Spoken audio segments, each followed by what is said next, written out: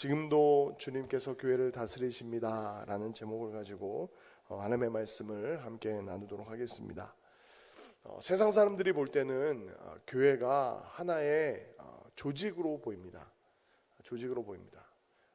당회가 있고 그 당회를 기초로 하여서 교회에 각 직분자들이 세워져 있고 또 그 직분자들이 각각의 직분을 감당함으로 교회가 든든히 세워진다라고 사람들은 그 조직으로 교회를 이해하고 설명합니다. 그런데 우리는 하나님의 말씀의 기초에서 그 조직, 눈에 보이는 행정적인 조직이 있고 그 안에 나름의 질서가 있지만 그 조직과 질서의 기초가 되는 말씀이 있다는 사실을 우리는 알고 있습니다. 오늘 본문 4장 15절에 분명히 교회의 기초에 대해서 이렇게 말씀합니다. 오직 사랑 안에서 참된 것을 하여 범사에 그에게까지 자랄지라. 그는 머리니 곧 그리스도라. 예수 그리스도께서 교회의 머리가 되신다라는 이 표현 안에는 무엇이 담겨져 있습니까? 저를 한번 따라 보시겠습니까? 교회는 그리스도의 몸입니다. 우리가 그리스도 안에서 예수 그리스도를 믿는 믿음 안에서 우리가 한 몸 된 공동체인 줄 믿으시기 바랍니다. 그런데 그 한 몸이긴 한 몸인데 하나의 생명체인데 오늘 본문이 강조하고 있는 것은 무엇이냐면 그리스도께서 우리를 지금도 우리 안에 내주하셔서 우리를 다스리고 계신다라는 거죠. 다스리고 계신다. 마태복음 16장 18절에 예수님께서 베드로에게 이렇게 말씀하셨습니다. 내가 이 반석 위에 내 교회를 세우리니 음부의 권세가 이기지 못하리라. 근데 여기서 제가 강조하고 싶은 부분은 무엇이냐면 어떤 교회를 세운다 말씀하십니까? 이 반석 위에 예수 그리스도는 주시오 하나님의 아들이십니다라는 그 신앙 고백 위에 그 말씀 위에 주의 몸된 교회가 세워질 것인데 그 교회는 누구의 교회입니까? 예수님의 교회, 주의 교회. 그렇습니다. 교회는 송정교회든지 안심교회든지 반야울교회든지 대림교회든지 각 지역교회의 근본은 주의 몸된 교회인 줄 믿으시기 바랍니다. 또한 사도행전 20장 28절에 그 교회의 본질을 이렇게 말씀합니다. 하나님이 자기 피로 사신 교회다. 그냥 교회가 아니라 사람들이 마음이 맞아서 모여서 예배함으로 말미암아 그 교회가 조직되고 운영되는 것이 아니라 교회의 생명은 누가 주셨는가? 그 아들 독생자 예수 그리스도의 피로 값주고 사신 곳이 주의 몸된 교회인 줄 믿습니다. 그러므로 교회의 본질은 사람에게 있지 않고 우리 주 예수 그리스도께 있는 줄 믿습니다. 교회 안에 여러 가지 특별한 헌신과 봉사와 섬김과 땀의 눈물의 그 수고들이 서려 있는 것이 사실입니다. 어떤 교회는 정말 순교자의 피가 맺혀 있는 교회가 있습니다. 정말 순교의 각오로 교회를 지키고 교회가 그 역사 속에 사명을 감당한 교회도 있습니다. 또 오랜 세월 땀과 눈물로 피로 정말 교회가 든든히 세워진 것을 우리는 알고 있습니다. 그럼에도 불구하고 우리는 고백할 수밖에 없습니다. 송정교회의 주인은 그 피로 값주고 사신 우리 주 예수 그리스도이신 줄 믿습니다.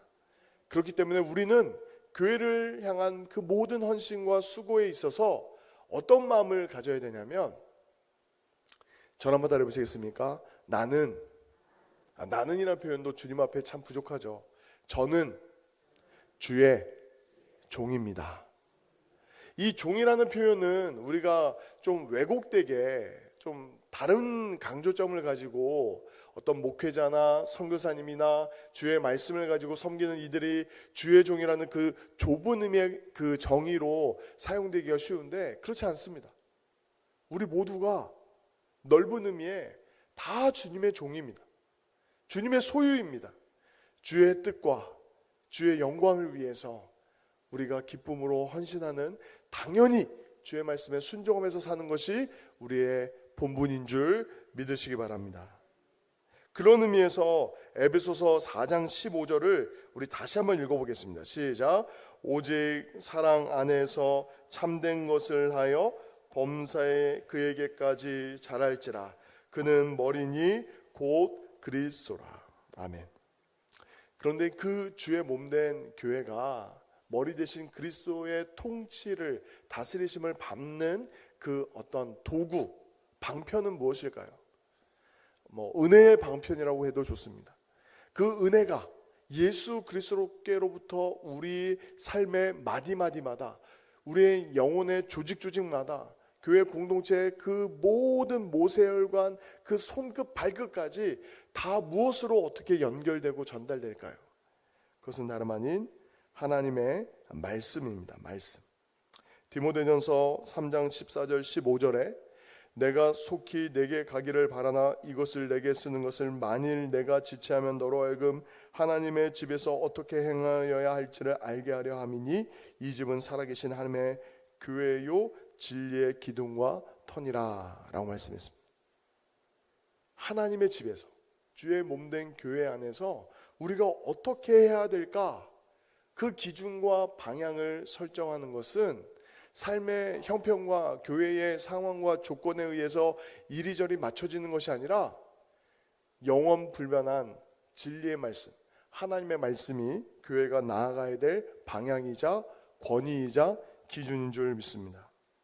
인간의 어떤 경험도, 그 어떤 목회자나 당회도, 공동의회도, 교단의 결정도, 그 모든 교회의 오랜 수천 년간의 전통도 하나님의 말씀보다 앞설 수가 없습니다. 언젠가 제가 로마 카톨릭의 오류에 대해서 여러 가지로 설명할 수 있지만, 지금까지 그 로마 카톨릭이 버리지 못하는 잘못된 방향성이 무엇이냐면, 교회의 전통을 하나님의 말씀의 권위보다 더 우선하려는 경향이 있다라는 거예요.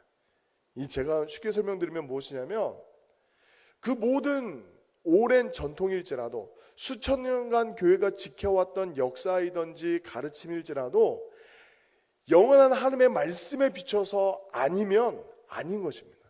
아닌 것입니다. 다른 말로 표현하면 교회는 항상 개혁되어야 됩니다. 그 개혁의 기초는 다른 것이 아니라 영원한 하나님의 말씀인 줄 믿습니다. 아무리 완벽한 질서와 체계일지라도 하나님의 말씀에 비춰 볼 때에 그 말씀에 부합하지 않으면 개혁되어야 돼요. 변화되어야 돼요. 수정되어야 되고 보완되어야 됩니다. 그것이 다른 기준이 아니라 하나님의 말씀에 비춰 볼 때에 그 영원하고 완전한 권위 앞에서 우리는 순종해야 되는 줄 믿습니다. 또 교회 안에 많은 직분자들이 있고 그 직분자들에게 맡겨진 권위는 단독적이고 독립된 권위가 아니라 하나님의 말씀을 맡은 자들이기 때문에 그들이 받는 권위입니다. 권위. 여기에 계신 많은 분들이 저보다 인생의 경험도 많고 연륜도 많고 다 선배님들이신데, 그럼에도 불구하고 제가 이 젊은 목회자가 이 자리에 설 수 있는 것은 다른 것이 아니라, 저의 권위를 바탕으로 이야기하는 것이 아니라 하나님의 말씀을 맡은 자로서, 그 말씀을 증거하는 자로서 이 자리에 섰기 때문입니다. 그렇기 때문에 이 강단에서 내려가는 순간 저는 한 사람의 성도와 똑같습니다. 어떤 의미에서 똑같습니다. 물론 많은 경우에 말씀을 맡은 자로서 여러 가지로 섬김의 위치에 있기 때문에 존중을 받고, 때로는 어떻게 보면 존귀함을 받을 때도 있지만, 그것은 저의 어떤 인격에 기초한 것이라기보다는 하나님께서 말씀을 맡겨주셨기 때문에 제가 그 일을 감당하고 있는 것입니다. 그런데 저만 그런 것이 아니라 교회의 모든 직분이, 그 모든 역할이 결코 독립적이거나 그 스스로에게 부여된 권위가 아니라 하나님의 말씀을 온전히 순종하고 우리가 지켜 행하기 위한 권위와 질서라는 사실을 기억할 필요가 있습니다. 그리고 제가 이 권위가 바르게 적용되려면 야고보서 1장 22절을 늘 마음에 새겨야 됩니다. 너희는 말씀을 행하는 자가 되고 듣기만 하여 자신을 속이는 자가 되지 말라. 한 사람의 목회자로서 살면서 제가 지난 삶들을 이렇게 돌아보면 어떻게 하면 설교를 잘 전달할 수 있을까의 문제보다 더 큰 무거운 짐이 하나 있습니다. 그것은 다름 아닌 하나님의 말씀대로 순종하며 사는 것입니다. 약물의 본이 되는 것. 그렇다고 해서 제가 완벽한 것이 아닙니다.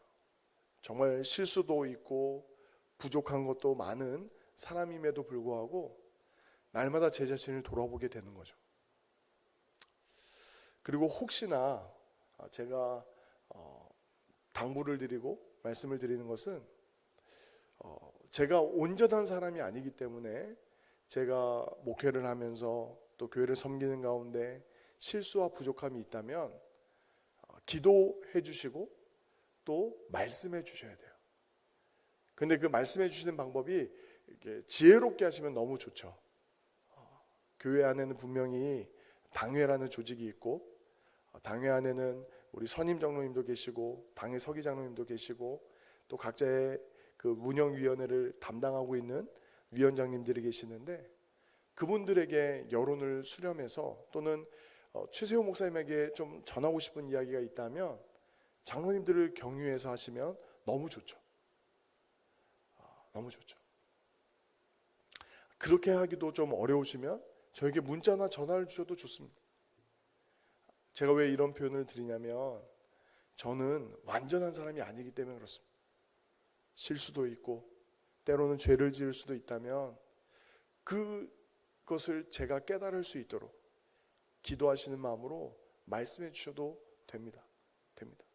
어떻게 목사님 이야기할 수 있을까? 그렇지 않습니다. 저는 어떤 신적인 권위를 갖고 있는 사람이 아니라 말씀만이 신적인 권위가 있는 것이고 말씀을 전하는 저는 한 사람의 교회의 지체이고 성도입니다. 우리가 항상 저뿐만 아니라 우리 모두가 하나님의 말씀의 권위 앞에서 날마다 겸손하고 그 말씀을 들을 수 있는 자세가 있기를 예수님의 이름으로 축원드립니다. 주님이 주의 몸된 교회를 세우실 때에 이제 제가 먼저 말씀을 드리긴 했지만 직분자들을 세우셨습니다. 11절과 12절 말씀에 보면 그가 어떤 사람은 사도로, 어떤 사람은 선지자로, 어떤 사람은 혹은 복음 전환자로, 어떤 사람은 목사와 교사로 삼으셨으니 이는 성도를 온전하게 하여 봉사의 일을 하게 하며 그리스도의 몸을 세우려 하심이라 라고 말씀했습니다. 근데 이 에베소서 4장 11절 말씀을 우리가 읽어갈 때에 주의해야 될 점은 이 직분이 먼저가 아니라는 거예요. 제가 의도적으로 15절을 먼저 설명하고 11절과 12절을 함께 나눴던 이유는 직분이 먼저가 아니라 하나님의 말씀이 먼저고 그 말씀 위에 세워진 교회를 든든히 세워가도록 말씀을 맡은 자들을 주님께서 보내셨다라는 것을 말씀드리고 있는 것입니다. 그리고 또한 두 번째로 오늘 본문에 등장하는 직분 중에 사도와 선지자는 이미 종결되었습니다.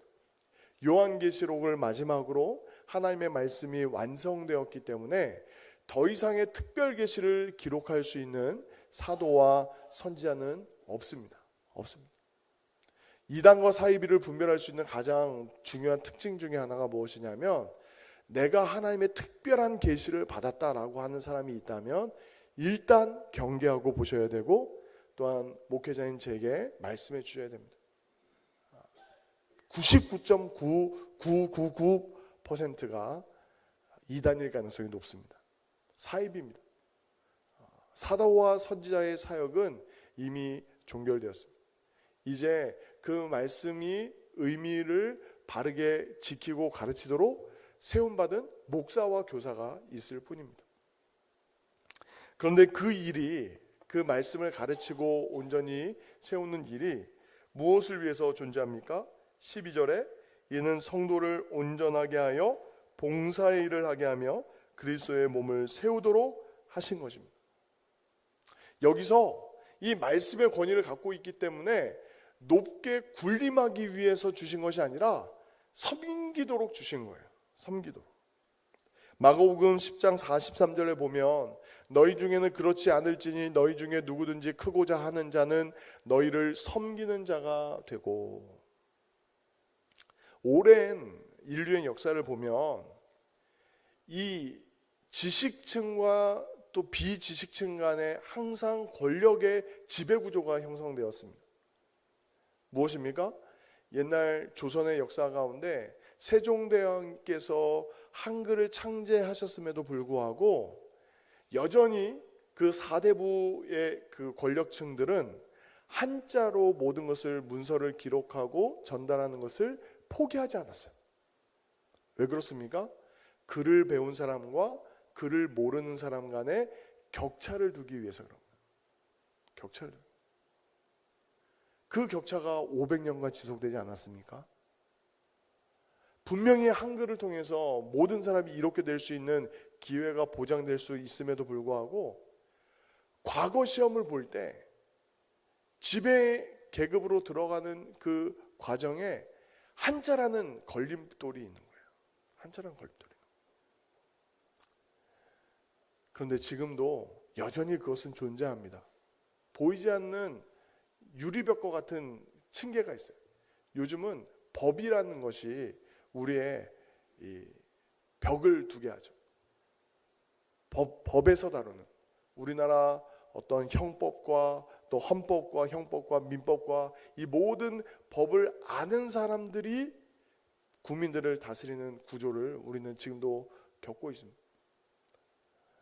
그런데 세상은 그러할지 몰라도 하나님의 말씀으로 세워진 주의 몸된 교회는 다릅니다. 하나님의 말씀을 제대로 알면 알수록, 깨달으면 깨달을수록 그 말씀에 순종하는 방향은 결코 높아지는 것이 아니라 낮아지는 길입니다. 낮아지는 길. 제가 종종 비판하는 로마 가톨릭 그 중세의 1000년의 역사에 가장 큰 죄악 중에 하나가 무엇이냐면 성도들로 하여금 성경을 가르치지 않은 거예요. 성경을 그 로마 가톨릭에서 그 1000년여 동안 라틴어를 읽었어요. 라틴어. 고대 그 로마의 언어로 성경을 라틴어로 읽었다고요. 저도 그 이제 성경을 연구하는 그 배움의 과정에서 라틴어를 잠시 맛본 적이 있었는데 라틴어만큼 어려운 이 글이 없습니다. 온갖 변화들이 얼마나 많은지 몰라요. 우리가 쉽게 아는 동사와 명사와 형용사와 어떤 이런 것들이 정말 모든 성과 수와 격을 따라서 다 변화가 돼요. 그 문법에 맞춰서 글을 읽고 이해하려면 엄청나게 어려운 일입니다. 근데 그것을 누가 했습니까? 그 로마 교황청에서 서품을 받은 사제들만 그것을 읽을 수 있는 거예요. 성도들이 하나님의 말씀을 들으려면 사제를 통해서만 들어야 되는 거예요. 그래서 종교개혁자들이 했던 가장 중요한 일이 무엇입니까? 성경을 번역하는 일이었어요. 각 나라와 각 민족의 언어로 번역해서 모든 사람이 그 말씀의 권위 앞에 바르게 설 수 있도록 읽어가게 한 거죠. 근데 그 일이 일어나면서 어떤 일들이 일어납니까? 부흥이 일어나는 거예요. 근데 그 부흥의 방법은 무엇이냐면 낮아지는 거예요. 죽기까지 낮아지는 거예요. 그 영국의 그 영미권의 부흥을 이끌었던 위클리프라는 성경 번역자는 그 성경을 영어로 번역하다가 순교했습니다. 하나님의 말씀은 바르게 깨달아지면 절대 높아질 수가 없습니다. 하나님의 말씀을 읽으면 읽을수록 그 말씀에 대한 바른 깨달음은 어떻게 나타나냐면 그 말씀을 깊이 이해한 사람이 얼마나 낮아지는가, 얼마나 겸손한가, 하나님을 사랑하고 정말 이웃을, 지극히 작은 자 한 사람을 존귀하게 여기며 사랑으로 따뜻하게 대할 수 있는가를 보면 알 수 있습니다. 알 수 있어요. 저는 나름의 이분이 참 은혜 받은 분이구나 라는 것을 언제 어떻게 느끼냐면 교회 안에 연약한 분들을 대하는 태도를 보면서 그분의 성품과 인격과 신앙을 보통 느낍니다. 우리 교회 안에도 몸이 불편한 분들이 계시고 또 여러 가지 정서적으로 연약해서 기복이 심한 분들도 계십니다. 근데 그런 분들을 대할 때 정말 말씀을 제대로 깨달았다면 우리 안에서 나타나야 되는 정상적인 반응은 사랑으로 대하는 거예요. 관용으로 대하는 거죠. 주님께서 그 한 사람 한 사람을 긍휼히 여기시는 마음으로 나타나게 되어 있습니다. 인자가 온 것은 섬김을 받으려 함이 아니라 도리어 섬기려 하고 많은 사람의 대속물로 주려 함이라 예수님이 그 십자가의 길을 말씀하셨는데, 이것은 예수님만 걸어가셨던 그 길이 아니라 예수님이 말씀하셨던 것처럼 누구든지 나를 따라오려거든 자기 십자가를 지고 나를 따를 것이니라, 나를 쫓을 것이니라 말씀하셨습니다. 정말 하나님의 말씀의 은혜를 제대로 받으셨습니까? 깨달으셨습니까? 사랑으로 섬기고 더 낮아질 수 있는 저와 여러분이 되시기를 예수님의 이름으로 축원드립니다. 에베소서 4장 13절에도 이렇게 말씀합니다. 우리가 다 하나님의 아들을 믿는 것과 아는 일에 하나가 되어 온전한 사람을 이루어 그리스도의 장성한 분량이 충만한 데까지 이르리니. 그리스도의 장성한 분량이라고 해서 요즘 아이들의 표현으로 만렙이 되는 게 아닙니다. 어떠한 조금도 상처받지 않고 누구도 범접할 수 없는 그 능력치를 갖는다는 의미를 설명하는 것이 아닙니다. 더 사랑이 깊어지고 더 사랑이 풍성해지고 더 낮아지고 겸손해지고 정말 더 예수님을 닮은 그 모습으로 주님께서 부르신 그 삶의 자리, 그 교회의 섬김의 자리에서 그 맡은 바 섬김을 온전히 감당할 수 있는 저와 여러분이 되시기를 예수님의 이름으로 축원드립니다. 그럴 때에 교회 안에는 바른 질서가 세워지는데 고린도전서 14장 33절에 이렇게 말씀합니다. 하나님은 무질서의 하나님이 아니시오 오직 화평의 하나님이시니라. 여러분, 우리가 지금 함께 읽은 고린도전서 14장의 위치를 이해하셔야 됩니다. 14장은 어디에 위치해 있습니까? 이미 고린도 13장에서 사랑을 사도 바울이 충분히 설명한 다음에 질서에 대해서 이야기를 하는 거예요. 질서가 먼저고 그 다음에 사랑이 아니라 말씀이 먼저고 그 말씀에 따른 순종에 따른 사랑의 열매가 풍성하게 우리 가운데 실천되어질 때 우리는 질서를 바르게 이해하고 적용할 수 있다라는 거죠. 교회 안에 법이 필요합니다. 질서가 필요하고 그 권위에 따른 명백한 복종과 순종이 있어야 됩니다. 근데 그것보다 앞서야 되는 것이 무엇이냐면 말씀에 대한 바른 깨달음과 그 말씀의 순종의 원리인 사랑을 우리가 깊이 이해할 때, 겸손을 깊이 이해할 때 교회 안의 직분이 바르게 적용되고 지켜질 수 있는 것입니다. 말씀을 맺으면서 사도행전 17장 11절의 말씀을 우리가 날마다 새길 필요가 있습니다. 사도행전 17장 11절에 보면 정말 경건한 교회의 특징이 무엇이냐면 베레아에 있는 사람들은 데살로니가에 있는 사람들보다 더 너그러워서 간절한 마음으로 말씀을 받고 이것이 그러한가 하여 날마다 성경을 상고함으로 라고 이야기했습니다. 이것은 무엇이냐면 사랑하는 송정교회가 어떻게 하면 하나님이 기뻐하실 수 있는 교회가 될까라고 생각할 때에 하나님의 말씀으로 돌아가야 되는 거죠. 정말 하나님의 말씀에 교회가 어떤 모습이 되어야 될까? 우리 한 사람 한 사람의 직분자는, 목사는, 장로는, 권사는, 집사는, 성도는 어떠한 삶으로 주의 영광을 위해서 교회를 더 사랑해야 될까? 또 교회 안에서 지켜야 될 이 질서는 하나님의 말씀의 권위에 기초해 있다고 하는데, 그 말씀의 권위를 우리가 어떻게 삶으로 실천할 수 있을까? 그 사랑의 의미를 더 깊이 말씀 안에서 묵상하고 깊이 실천해 나갈 때에 주의 영광이 이 어두운 세상 가운데 주의 몸된 교회를 통해서, 사랑하는 송적교회를 통해서 더 선명하게 빛나게 될 줄 믿습니다. 지금도 우리 주 예수 그리스도께서는 교회 안에서 살아서 역사하고 계시는 줄 믿습니다. 왜냐하면 교회의 주인 되신 예수 그리스도가 교회 안에 내주하시며 지금도 일하고 계시기 때문에 그렇습니다. 오늘 본문 마지막 에베소서 4장 16절 말씀을 우리 한 목소리로 같이 한번 읽겠습니다. 시작. 그에게서 온몸이 각 마디를 통하여 도움을 받음으로 연결되고 결합되어 각 지체의 분량대로 역사하여 그 몸을 자라게 하며 사랑 안에서 스스로 세우느니라. 아멘. 교회는 말씀이 세워질 때 그 생명이 살아 있습니다. 바라건대 사랑하는 송정교회가 주의 말씀 위에 더욱 든든히 세워져 갈 뿐만 아니라 특별히 말씀을 맡은 자로 세워져 있는 모든 직분자들이 정말 더 사랑으로 아름답게 섬겨갈 수 있는, 정말 예수 그리스도의 영광과 그 향기가, 그 생명이 더욱더 풍성하게 드러나는 주의 몸된 교회가 되기를 예수님의 이름으로